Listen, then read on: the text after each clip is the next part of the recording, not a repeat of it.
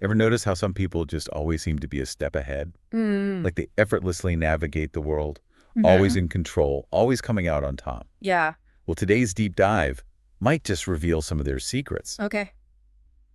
We're diving into Robert Greene's The 48 Laws of Power, Okay. specifically Law #3, Conceal Your Intentions. Right. So think like high-stakes negotiation tactics, launching a career-defining project, Yeah. or even just understanding why keeping those cards close to your chest Yeah. can be such a powerful move. Right. It's a fascinating concept, isn't it? It is. I think it's one of the most interesting laws, really, in the book. What is it about this law that's so compelling? Well, it's about recognizing that power often lies in what others don't know.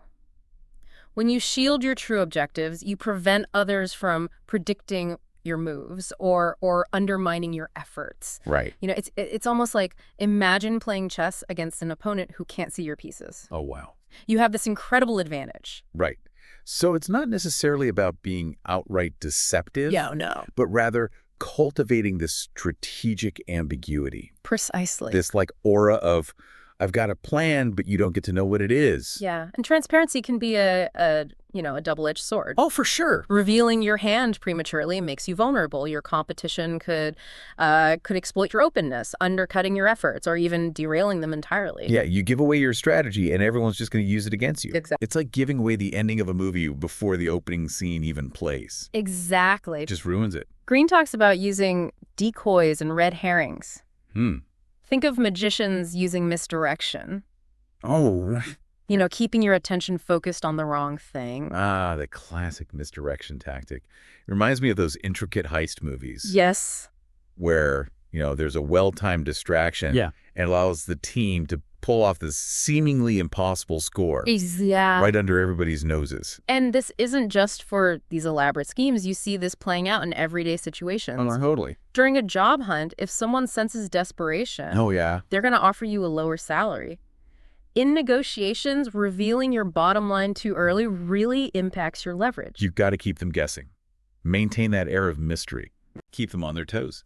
Greene highlights that humans tend to trust what seems familiar and routine. We do, yeah. This natural inclination towards complacency can be very advantageous. So it's almost like using their expectations against them in a sense. Yes. Because they just assume that, oh, this is how things work, and they don't even realize they're being played. Yes, and a perfect example of this is Otto von Bismarck, Oh, tell me more. the Prussian statesman. Okay. He was a master of smokescreens. Greene talks about how Bismarck would vehemently oppose policies in public that he actually supported, all to manipulate his rivals. So he was playing 4D chess while everyone else was playing checkers. Yeah. Bismarck's tactics were brilliant, if a bit ruthless. Yeah. He understood that by publicly opposing certain policies, he could lull his opponents into this false sense of security, leading them to underestimate his true intentions. This wasn't about short-term gains. Bismarck played the long game, often revealing his true motives only after his carefully orchestrated plans had come to fruition. It's almost as if he treated the political stage as his personal chessboard. Yes. Just maneuvering his opponents into these vulnerable positions, and often they didn't even realize they were in check until it was too late. Yeah. It's giving me like classic spy movie vibes all of a sudden. And this brings us to the Iago factor, which Greene highlights through the character of Iago from Shakespeare's Othello. Iago, the master manipulator. Yes. The one who used false sincerity as his weapon of choice. Yes. The ultimate deceiver. Iago feigned friendship and loyalty, all the while plotting the downfall of those who trusted him most. This example might seem extreme, but it reveals a darker side to concealed intentions. Right, because it makes you wonder, Yeah. how often do we actually encounter Iago types in our own lives? Exactly. Maybe we don't even realize it because they're so good at what they do. It's a bit unsettling, to be honest, Yes, it is. to consider how easily trust can be manipulated like that. Yeah.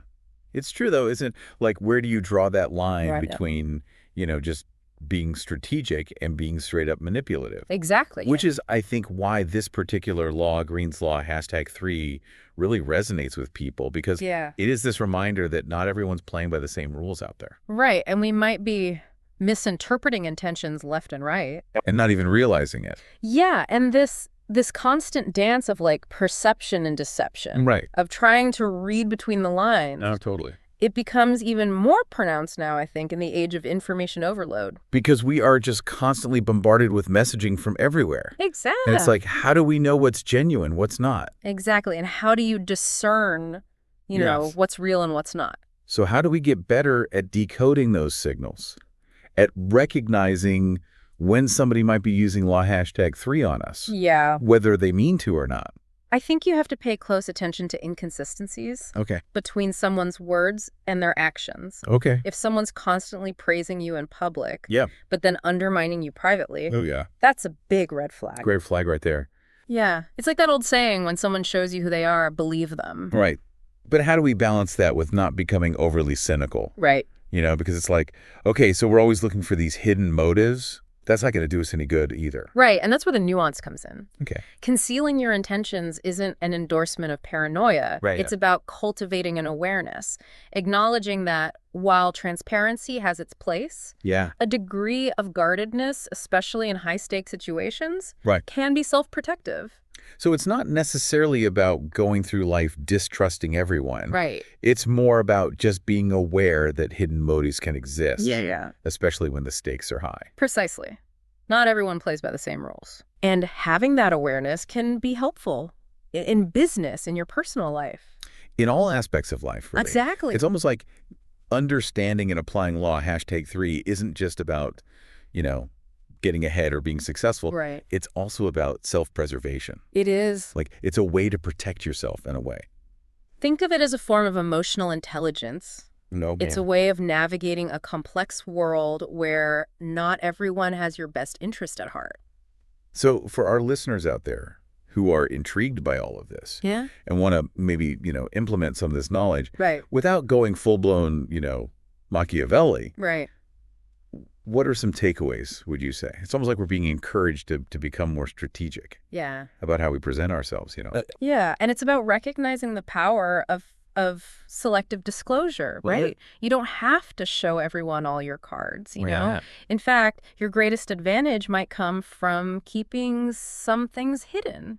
It's about choosing what you reveal, when you reveal it, and who you reveal it to. Precisely. And this applies not just to, Right. our big ambitions, but to, even our everyday interactions, right?